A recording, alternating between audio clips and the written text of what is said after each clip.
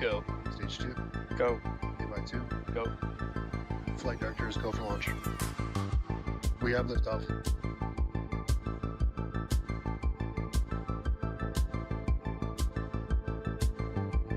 Max Q. Vehicle is supersonic. Booster engine cut off. Ship ignition. Stage separation confirmed.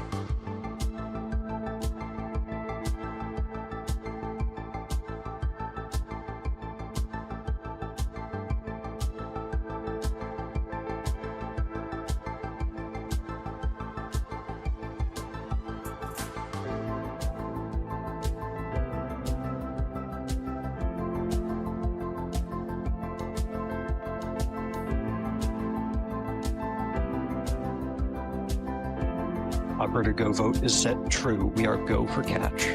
Booster coming in hot for booster catch.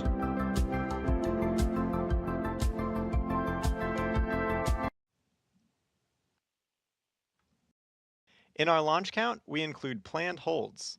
This means that as the launch team and the launch clock are getting closer to liftoff, the clock will pause for short periods of time to allow the team to resolve any issues that may occur in the hours leading up to launch. If you're familiar with launch counts, then you might already know that the L- time refers to the actual time remaining until launch, and the T- time refers to the time presented on the countdown clock that reflects the hold and is paused for an exact amount of time until the hold is released. By building in this time, we give ourselves a higher probability of an on-time liftoff. Today's countdown, which can be seen in the top left corner of your screen, uses the T- time. We've entered the final hold, so you can see that the clock is already paused at 4 minutes. Right now, we're taking a live look at the Atlas V rocket on the launch pad. As the countdown continues, our team is taking the final steps in preparation for liftoff. The first stage, also known as the rocket's booster stage, is the large tank on the bottom that is actually made up of 2 tanks, one filled with RP-1 fuel and the other with liquid oxygen. The liquid oxygen is an extremely cold cryogenic propellant that turns the tank exterior from a bronze to a frosty white. Atlas is also equipped with the Centaur upper stage, which drives the payload during the second phase of flight to its final orbital destination in space. The payload fairing, or PLF, completes the rocket and provides the aerodynamic shape necessary for the climb to space. On the upper stage and PLF, we see logos for Amazon, Atlas, and ULA, as well as the American flag. Let's learn more about how ULA builds the Atlas V rocket. Engineered in Centennial, Colorado, ULA's Atlas V rocket is built in Decatur, Alabama, and launched from Cape Canaveral, Florida. Once the rocket is manufactured, it travels to Cape Canaveral on ULA's cargo ship, known as Rocket Ship. After arriving in Florida, ULA's launch operations team begins assembling the rocket.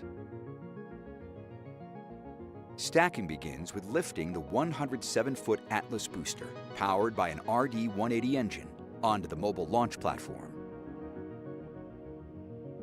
For Amazon missions, 5 solid rocket boosters are attached to the sides of the first stage for additional thrust at liftoff. ULA's ultra-thin stainless steel Centaur upper stage, powered by an RL-10 engine, is then lifted into position. Lastly, the payload fairing, containing the spacecraft, is lifted and mated to the Atlas V rocket. Once assembled, the countdown begins with moving the rocket from the vertical integration facility to the launch pad. The trip to the pad is about 1/3 of a mile. Throughout the 20-minute trip, a payload van leads the move, providing communication with the spacecraft, followed by the ground van providing support to the rocket.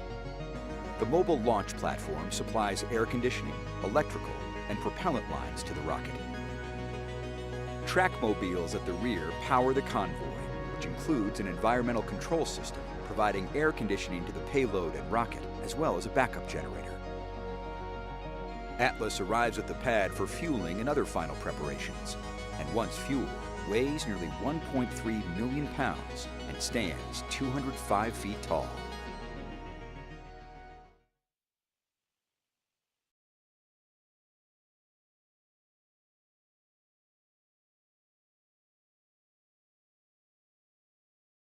Here on Florida's Space Coast, the weather is often hot and humid as it is today. To withstand the corrosion that could come with these conditions, the Atlas booster is finished with an anodized coating. This coating gives the rocket's first stage its distinctive copper color, while also protecting it from corrosion. Another tool used to mitigate the impact of weather is the environmental control system, which provides air conditioning to the spacecraft.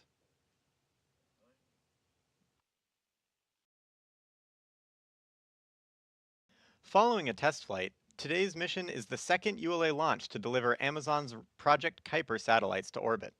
Let's learn more about Project Kuiper and what they've been doing to prepare for this mission. It all starts with a countdown. But a countdown to what exactly?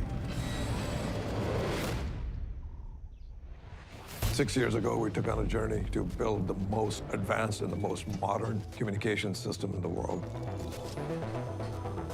There are almost 3 billion people that don't have high-speed connectivity.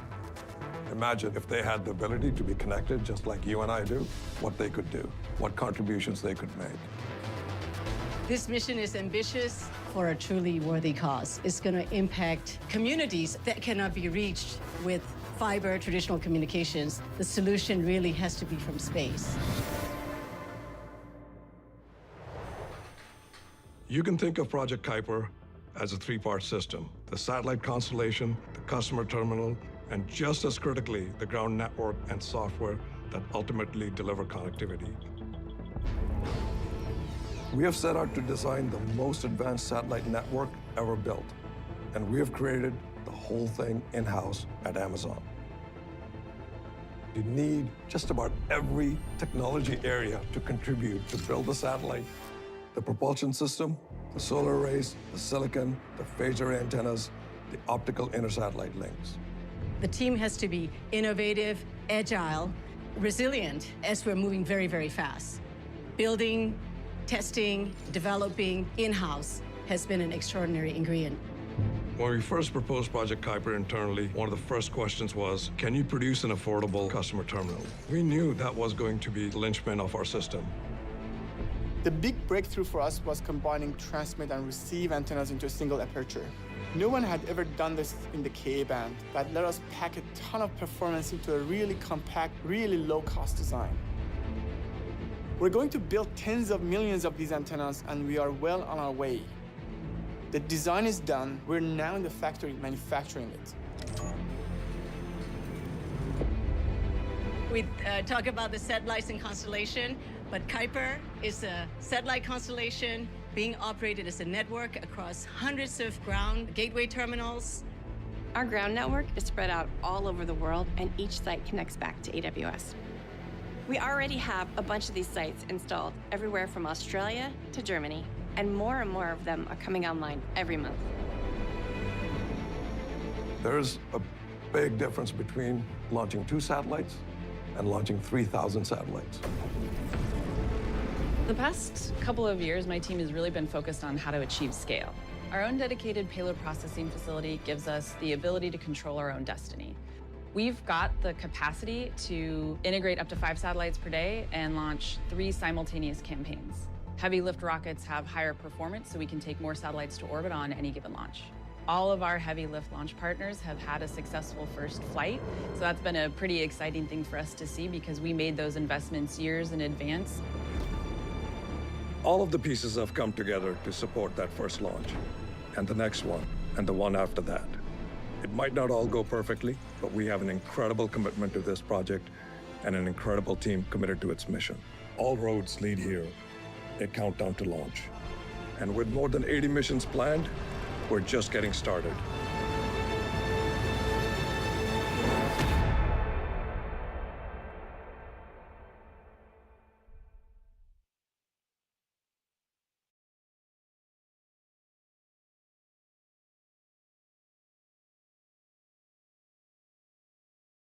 As we get closer to the opening of our launch window, let's check in on today's weather.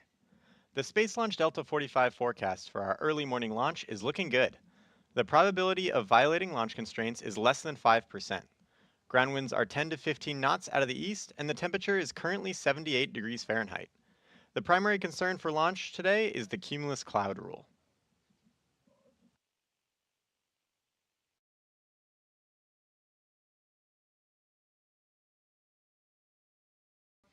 ULA's Atlas V rocket has flown national security, science and exploration, and commercial missions for more than 20 years. As a result, we have a lot of history, or as we call it, family data. This vast library of data is helpful when anomalies occur during the launch countdown. We can refer to the family data to see if the condition is something we've seen before and how we've resolved it in the past. If we experience an anomaly, the planned holds, like the hold we're in now, give our launch team time to evaluate the condition, compare it to the family data, and determine the path forward.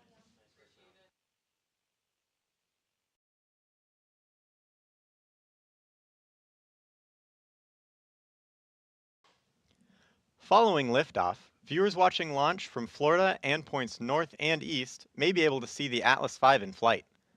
To get a closer look at this visibility map, check out ULA Launch on social media.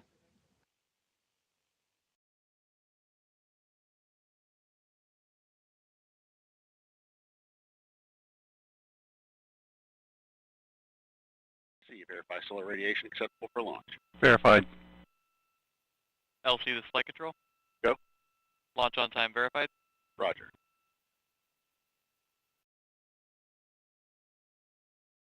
LC switch is ready. All steps are complete prior to the status check.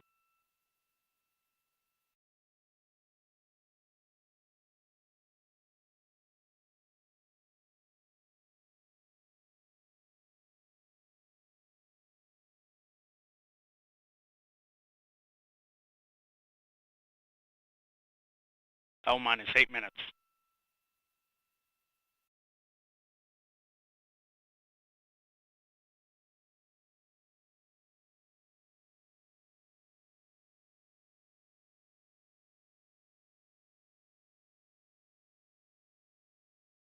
We remain in the planned 60-minute hold as we continue towards liftoff.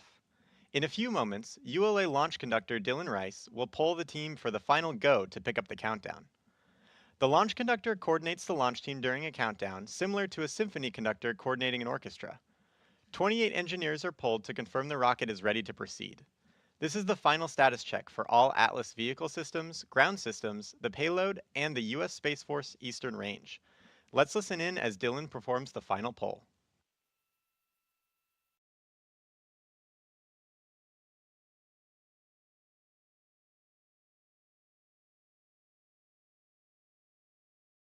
L minus 7 minutes. Status check to proceed with terminal count Atlas systems. Propulsion. Go. Hydraulics.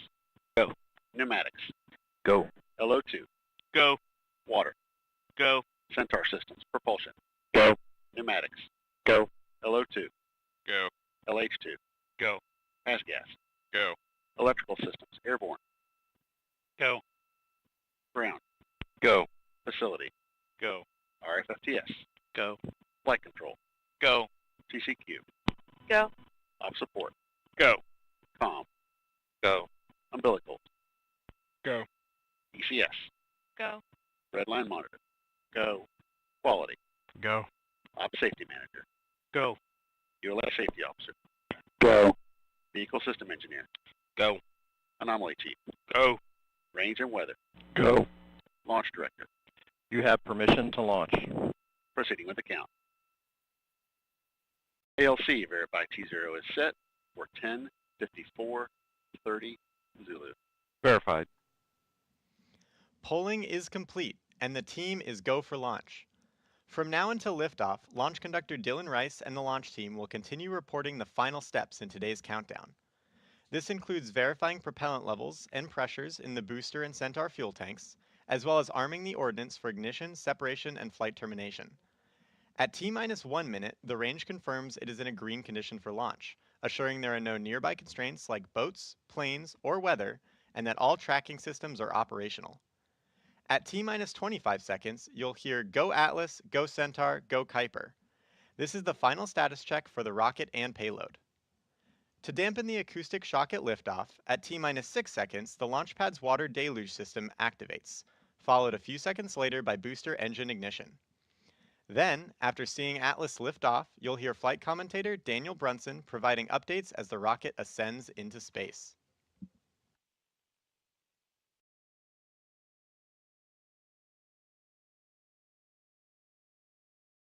While we arm the ordnance systems, we are preparing several key components for flight, such as the pyrotechnic initiated valves, energetic separation systems, and ordnance igniters, which ignite the solid rocket boosters. Ordnance is often associated with flight termination, but there are many additional uses for energetics within the vehicle.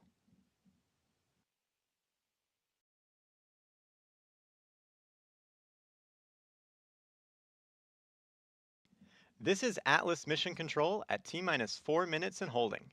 We anticipate releasing the hold in just a few moments.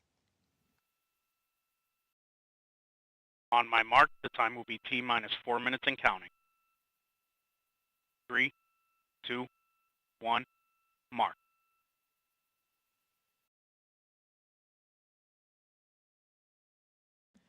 The countdown clock has resumed and we are go for launch at 6:54:30 a.m. Eastern. After liftoff, ULA's Atlas V rocket will fly northeast from Space Launch Complex 41. Here's a look at today's flight.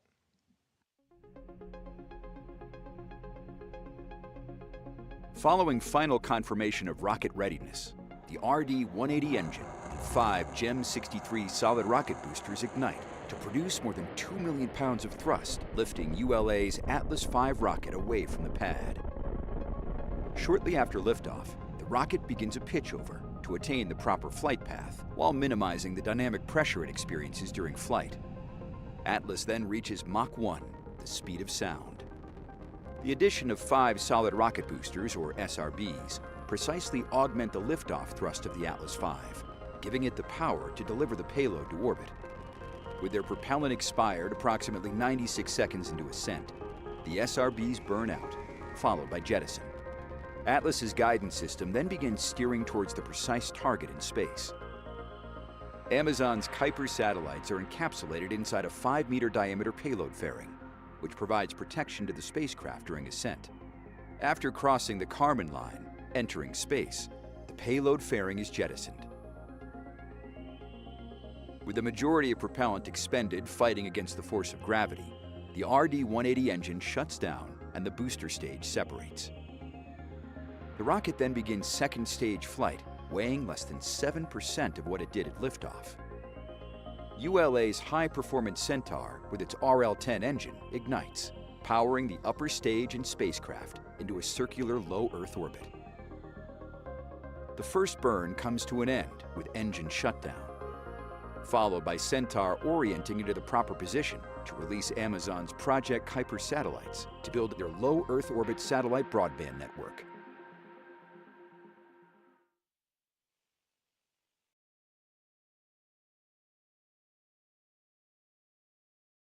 $140. Launch enabled. 137.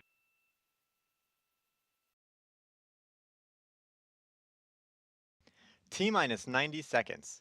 The launch vehicle, ground systems, payload, and eastern range are go for launch. For those of you just tuning in, I'm Ben Chilton, joining you for today's live coverage of ULA's Atlas V launch of Amazon's Project Kuiper satellites. At this time, the team is not working any issues, and we're proceeding towards liftoff at 6:54:30 a.m. Eastern. Red valves locked. 1 minute. Rock, report range status. Range green.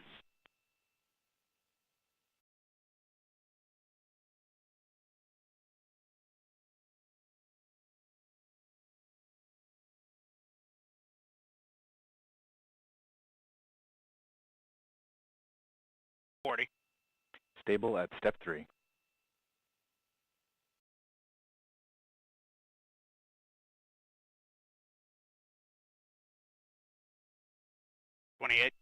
Verify ECS reduced for launch. Verified. 20. Status check. Go Atlas. Go Centaur. Go Kuiper.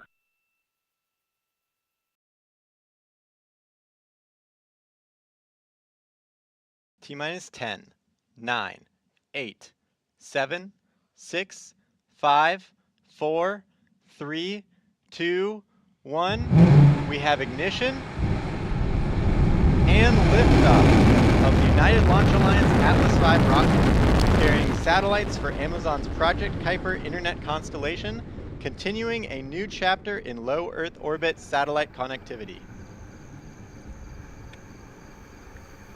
We've ended our pitch over maneuver. Body rates returning 0.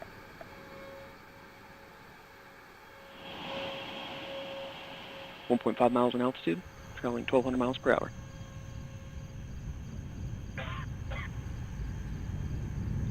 Mach 1, Atlas is now supersonic.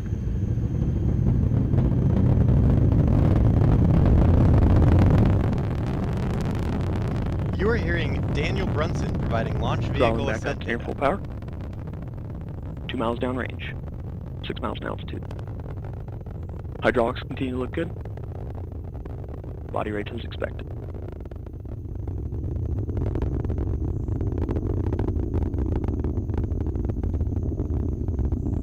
Atlas continues right down the center of the range track, 6 miles downrange.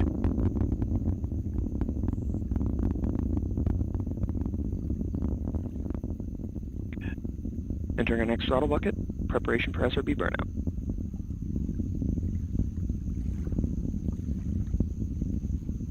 At this point in flight, Atlas is now half of its original liftoff weight, and engines continue to look good.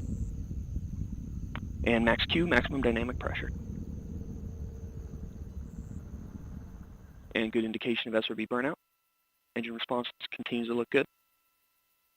Preparing for SRB jettison. Vehicle throttling back up to full power. And we got good indication of separation of all 5 SRBs. Hydraulics continue to look good. Body rates looking as expected. Vehicle's now approaching 40 miles downrange, 37 miles in altitude. We just heard confirmation of solid rocket booster jettison. These additional motors augmented the thrust at liftoff, giving the Atlas rocket an extra boost to reach its circular low Earth orbit destination. We're coming up on our next mission event, jettison of the payload fairing. Let's listen in. In 2 minutes to expected BECO. Engine continues to look healthy.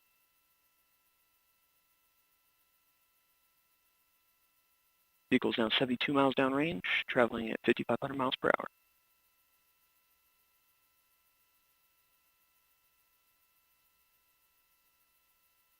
Entering our next throttle segment, maintaining a constant 2.5 Gs in preparation for PLF jettison.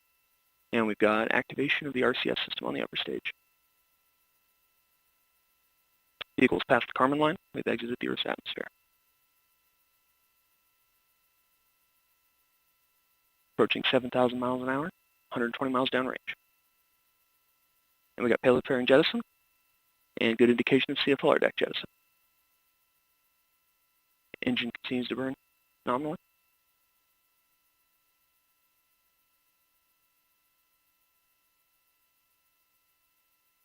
"60 seconds to nominal BECO. Hydraulics continue to look good. Flight commentator Daniel Brunson just called out confirmation of payload fairing jettison. The composite fairing protects the spacecraft as it pushes through the harshest parts of Earth's atmosphere. Next, we'll hear callouts for cutoff of the Atlas first stage engine and separation of the booster stage, followed by ignition of ULA's Centaur second stage engine. These events occur when the first stage has escaped Earth's atmosphere, getting above the Kármán line and into space. The Centaur upper stage, with the Kuiper satellites attached, then takes over on a trajectory to a precise location in space. Let's listen in as we approach these milestones.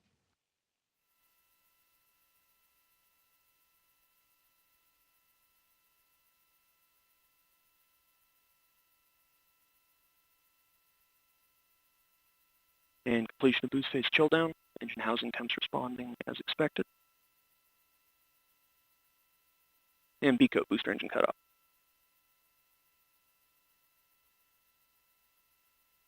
Good indication of Centaur separation. Got pre-start on H2 and O2.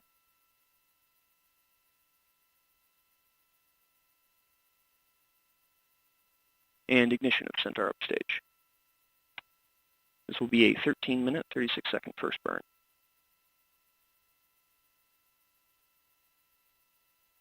We've enabled steering on the upper stage. Centaur PU set to open loop. This is Atlas Mission Control at T+5 minutes. We just heard flight commentator Daniel Brunson confirm the successful completion of the early milestones in today's flight, and all systems continue to operate nominally. The launch team is happy to have another beautiful sunrise launch of the Atlas V here on Florida's Space Coast. As we wrap up today's live coverage, I'd like to say thank you for tuning in to today's flight. I'd also like to remind everyone that for more information about ULA and the Atlas rocket, please visit ulalaunch.com and subscribe to our ULA Launch YouTube channel. And plan to join us for our next launch when ULA's new Vulcan rocket will launch its first mission for the U.S. Space Force. Before we sign off, let's take another look at today's liftoff. T-minus 10, 9, 8, 7, 6, 5, 4, 3, 2, 1. We have ignition and liftoff of the United Launch Alliance Atlas V rocket, carrying satellites for Amazon's Project Kuiper Internet constellation, continuing a new chapter in low Earth orbit satellite connectivity. We've ended our pitch over maneuver. Body rates turning 0.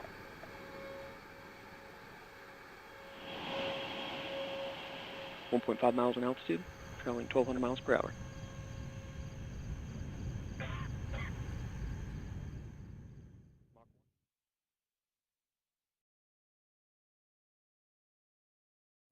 All stations verify ready for launch. FTS. FTS go. Props go. AVI. AVI's go. GNC. GNC go. 10, 9,